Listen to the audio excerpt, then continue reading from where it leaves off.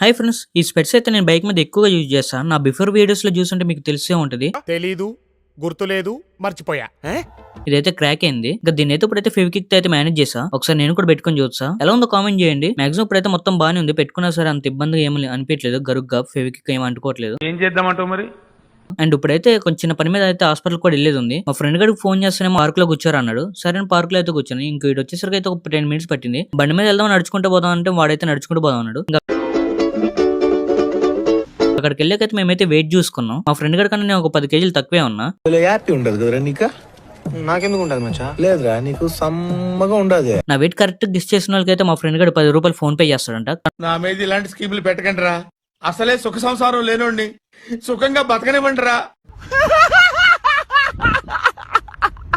Confirm గా ప్రతి ఒక్కరు అయితే కామెంట్ చేయండి. సరదాగా చూద్దాం ఎంతమంది కరెక్ట్ గెస్ చేస్తారనేది.